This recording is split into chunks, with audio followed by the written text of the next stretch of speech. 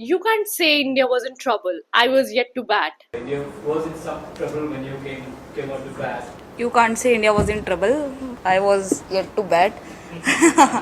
Amanjot Kaur in press conference. The Indian team picked her up from WPL's performance. She has been playing just for a few months or maybe a year, and look at her confidence. The last series that she played against in England, she came back to India. She spoke to the coaches, she spoke to the staff members and said that I don't think that this is my 100%. I don't think that I should be going to the World Cup with with this preparation. I need more. I need to prepare more. I need to prepare better. I need to be my 110% for the team during the World Cup. She straight went to the BCCI Center of Excellency in Bangalore and practiced there for months. She missed out the ODI series against Australia. This is the kind of performance this is the kind of statements, this is the kind of performance you expect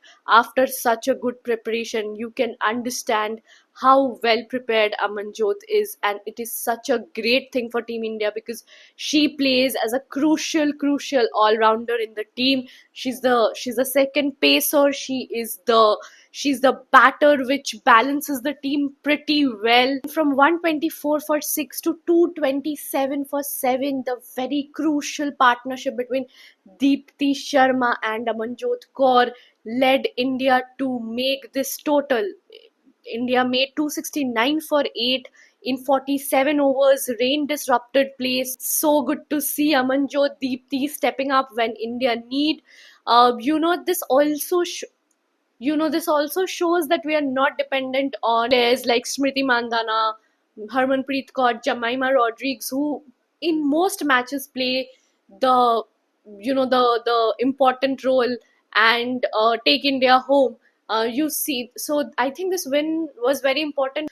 Let's see what they can do in their upcoming matches. The second match is against Pakistan on the 5th of October, which is Sunday.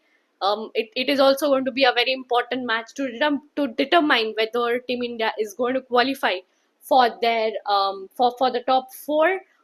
But after Sri Lanka, Pakistan, and Bangladesh, the more difficult teams come. Australia, most of the time they remain unbeaten in World Cups, so it Australia is going to be a very tough opponent along with New Zealand, England, South Africa. So yes, let's see how it goes. Okay, bye.